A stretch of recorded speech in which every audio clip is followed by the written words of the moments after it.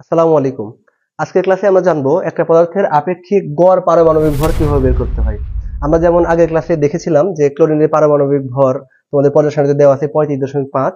এই দশমিক যে পারমাণবিক ভরটা পাওয়া যাচ্ছে এটা আসলে কিভাবে আসে সেটা আমরা একটু হিসাব করার চেষ্টা করবো এখানে। তো আমরা জানি প্রকৃতিতে যে কোনো পদার্থের একাধিক আইসোটোপ থাকতে পারে। আসলে অধিকাংশ পদার্থের ক্ষেত্রে এটা আছে। তো ক্লোরিনের উদাহরণ দিয়ে যদি তোমাদেরকে জিনিসটা আমি বুঝাই, ক্লোরিনের দুইটা আইসোটোপ প্রকৃতিতে পাওয়া যায়। একটা হচ্ছে ক্লোরিন 35, আরেকটা হচ্ছে ক্লোরিন 37। তো ক্লোরিন যে 35 আইসোটোপটা আছে এটা প্রকৃতিতে আছে মোটামুটি 75% মতো, এবং ক্লোরিন 37 আইসোটোপটা প্রকৃতিতে আছে হচ্ছে 25% মতো। বুঝতে পারছো, যেহেতু দুইটা মাত্র আইসোটোপ পাওয়া যায় তাই দুইটা পদার্থের দুইটা আইসোটোপের মোট শতকরা পরিমাণ অবশ্যই 100% হওয়া লাগবে। তো এখানে তাই হয়েছে। সুতরাং এখান থেকে পরিষ্কার হওয়া যায়, যদি আমরা নাও বলি এখান থেকে দেখে বুঝতে পারি যে ক্লোরিনের এই দুইটা মাত্র আইসোটোপে প্রকৃতিতে পাওয়া যায়। এখন যদি আমরা ক্লোরিনের গড় আপেক্ষিক পারমাণবিক ভর বের করতে চাই তাহলে অবশ্যই এই দুইটা আইসোটোপকে আমাদের হিসাবে নিতে হবে। তো এই হিসাবটা আসলে কিভাবে করা যায়? হিসাব করার উপায় হচ্ছে যে ক্লোরিনের ধরো যে আপেক্ষিক সরি ক্লোরিনের দুইটা আইসোটোপ পাওয়া যায়। এই একটা আইসোটোপের ভর আইসোটোপ 1 আমরা চিন্তা করলাম, আইসোটোপ 1 যেটা আছে 1 নম্বর আইসোটোপ। তো এর ভরকে আমরা ধরে নিচ্ছি হলো পি, এবং আইসোটোপ 2 যেটা আমাদের আছে, আইসোটোপ 2 যেটা হচ্ছে ক্লোরিন 37, এইটাকে আমরা ধরে নিচ্ছি হচ্ছে কিউ। এবং যে শতকরা পরিমাণটা আছে, এই শতকরা পরিমাণটাকে আমরা শতকরা আচ্ছা আমরা ডান দিকে লিখে দিই এখানে। পি এর শতকরা পরিমাণকে আমরা ধরে নিলাম হচ্ছে m%, এবং কিউ এর শতকরা পরিমাণকে আমরা ধরে নিচ্ছি হচ্ছে n%। এখন যদি আমরা আপেক্ষিক পারমাণবিক ভর বের করতে চাই তাহলে কি করতে হবে? আইসোটোপ 1 এর যে ভর 35, এই 35 এই সংখ্যাটাকে যদি আমরা এটা শতকরা পরিমাণ, এই ক্ষেত্রে হচ্ছে আইসোটোপের ভরটাকে আমরা পি ধরেছি, এই পিটাকে যদি শতকরা পরিমাণ এম দিয়ে গুণ করি, তারপর আবার কিউটা যেটা হচ্ছে আইসোটোপ 2 এর ভর 37, এই কিউকে যদি আমরা এন দিয়ে গুণ করি, তারপর এই দুইটার গুণফলকে যদি আমরা যোগ করে 100 দিয়ে ভাগ করে ফেলি, তাহলে আমরা পেয়ে যাব এই ক্লোরিন যে আমাদের পরমাণুটা আছে এটা প্রকৃত ভর, আপেক্ষিক পারমাণবিক ভরটা গড় যে 35.5 আছে সেই সংখ্যাটা। তাহলে আমরা কিভাবে পাবো এটা দেখো, যে আপেক্ষিক পারমাণবিক ভর সমান সমান হচ্ছে, এখানে যেহেতু আমরা ভরটাকে ধরছি একটা পি ইনটু এটা শতকরা পরিমাণ কত m%, প্লাস আরেকটা আইসোটোপের ভর আমরা ধরছি হচ্ছে কিউ, এটাকে আমরা কিউ ইনটু এটার শতকরা পরিমাণ হচ্ছে n%। করার পরে যদি আমরা এখানে এটাকে 100% দিয়ে যদি ভাগ করে ফেলি, তাহলে আমরা খুব সহজে আপেক্ষিক পারমাণবিক ভরটা পেয়ে যাব। আমরা ইচ্ছা করলে এই সব জায়গা থেকে পার্সেন্টেজ বাদ দিয়ে হিসাব করতে পারি, কোনো সমস্যা নাই। যদি এই হিসাব এটা সহ করি তাও সমস্যা নাই, কারণ নিচে পার্সেন্টেজ আছে, কাটাকাটি হয়ে যাবে, আর বাদ দিয়ে করলে কোনো অসুবিধা হবে না এই ক্ষেত্রে। তো দেখো এখানে, আচ্ছা আমরা বাদ দিয়ে যদি হিসাব করি তাহলে এখানে ধরো আমরা লিখলাম না, ভেদালটা রাখার দরকার নেই অযথা। তো এই জায়গাতে পি হচ্ছে আইসোটোপ 1 এর ভর, আইসোটোপ 1 এর ভর কত এখানে 35, গুণ এমটা হচ্ছে আমাদের এখানে আইসোটোপ 1 এর শতকরা পরিমাণ সেটা। তো শতকরা পরিমাণ কত এখানে 75%, তাহলে আমি দিয়ে দিলাম 75, প্লাস কিউটা কত, কিউ হচ্ছে আমাদের আইসোটোপ 2 এর ভর, তাহলে এটা হচ্ছে 37 ইনটু এমটা হচ্ছে হলো শতকরা পরিমাণ যেটা হচ্ছে এখানে 25 ডিভাইডেড বাই 100। এইটা যদি আমরা হিসাব করি তাহলে এই সবগুলো তোমরা একটু ক্যালকুলেটরে হিসাব করে দেখবা, এখান থেকে পাওয়া যাবে হচ্ছে 35.5।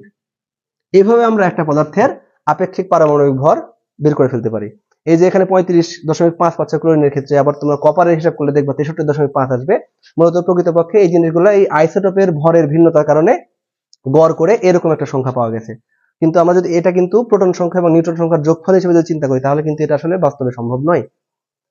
কিন্তু প্রকৃতপক্ষে তো নিউট্রন সংখ্যা আর প্রোটন সংখ্যা যোগ করলে আসলে এটা হয় ঠিকই, কিন্তু নিউট্রন সংখ্যা যেহেতু প্রত্যেকটা পরমাণুর ক্ষেত্রে একই থাকে না, আইসোটোপ ভিন্ন ভিন্ন হলে নিউট্রন সংখ্যা পরিবর্তন হয়, এই জন্য গড় করে আমরা এই ধরনের একটা নাম্বার পাচ্ছি।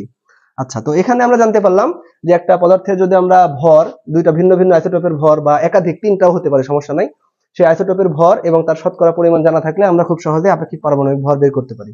একইভাবে যদি দুইটা ভিন্ন ভিন্ন আইসোটোপের আপেক্ষিক পারমাণবিক ভর জানা থাকে সেই ক্ষেত্রে আমরা কিন্তু খুব সহজেই শতকরা পরিমাণটা বের করে ফেলতে পারি। আমরা এটাকে উদাহরণ হিসেবে সেট করতে পারি। তো আমরা এখান থেকে পেলাম ক্লোরিন 35 এর শতকরা পরিমাণ 75, এবং ক্লোরিন 37 এর শতকরা পরিমাণ 25, এটা আমরা আগে থেকে জানতাম। আমরা একটা হিসাব করে দেখব আপেক্ষিক পারমাণবিক ভর যে 35 আমরা এখানে পাইছি, একটু লিখে রাখি আমরা এখানে। আপেক্ষিক পারমাণবিক ভর এটা আমরা পেলাম হচ্ছে 35.5। আমরা এই আপেক্ষিক পারমাণবিক ভর দ্বারা আমরা একটা পরীক্ষা করে দেখব যে প্রকৃতপক্ষে 75% এবং 25% পাওয়া যায় কিনা। তাহলে এই অঙ্কটাই প্রকৃতপক্ষে একটু উল্টা করে হিসাব করতে হবে। কিভাবে একটু চিন্তা করো, যে এবার মনে করো এই সমীকরণের মধ্যে আপেক্ষিক পারমাণবিক ভরের মান দেওয়া আছে, তোমাকে এখন এম এর এবং এন এর মান বের করতে হবে।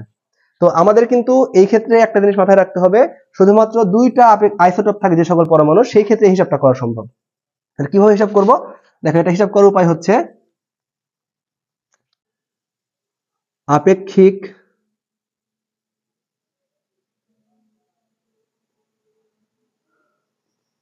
পারমাণবিক ভর সমান সমান দাঁড়াচ্ছে হলো আইসোটোপের ভর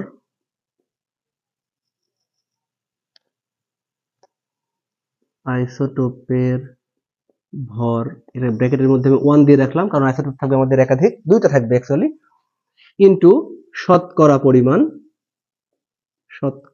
পরিমাণ প্লাস আইসোটোপের ভর 2 নাম্বারটা, তো আইসোটোপের ভর 2 ইনটু শতকরা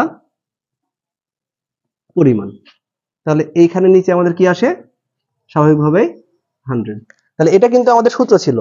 তো এবার একটু খেয়াল করে দেখো, এবার আমাদের আপেক্ষিক পারমাণবিক ভর দেওয়া আছে, এবার বের করতে হবে শতকরা পরিমাণটা। তো এই ক্ষেত্রে আমাদের ধরে নিতে হবে যে আইসোটোপ যে দুইটা আছে এর মধ্যে একটার পরিমাণ হচ্ছে x%, তাহলে দুইটা যেহেতু আইসোটোপ আছে তাহলে আরেকটা অবশ্যই হবে 100 মাইনাস x%, কারণ দুইটা মিলে অবশ্যই আমাদের 100% হওয়ার কথা। তাহলে আমরা এক্ষেত্রে ধরি ক্লোরিনের ক্ষেত্রে যেহেতু আমরা হিসাবটা করছি, ক্লোরিন 35 এর পরিমাণ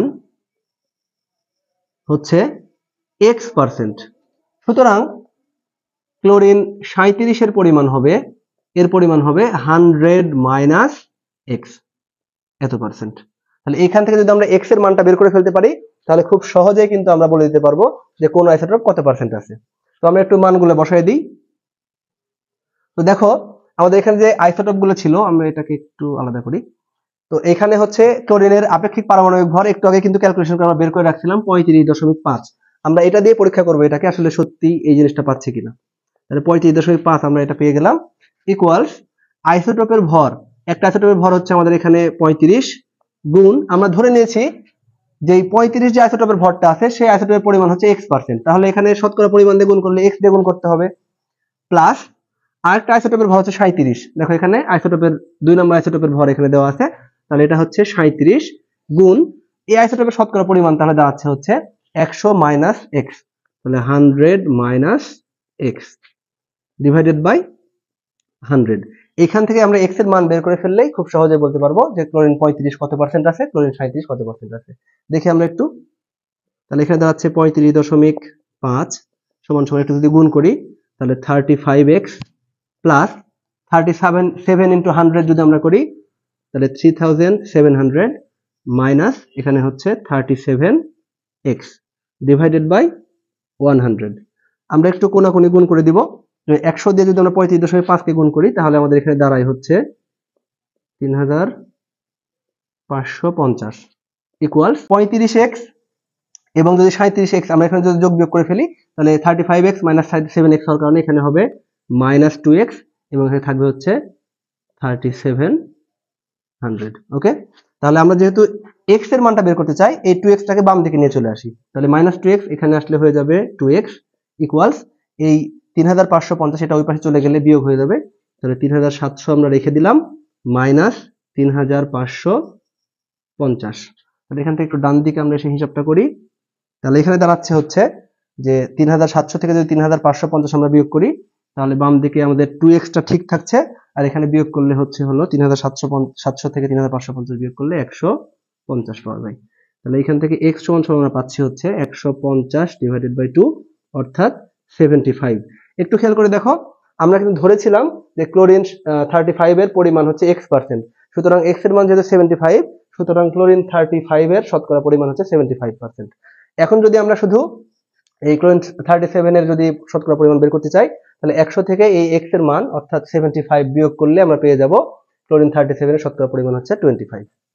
আশা করছি পরমাণুর গড় আপেক্ষিক পারমাণবিক ভর সম্পর্কে তোমাদের আর কোনো সমস্যা থাকবে না।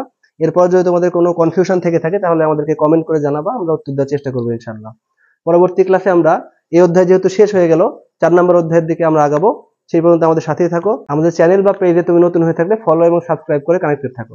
আল্লাহ হাফেজ।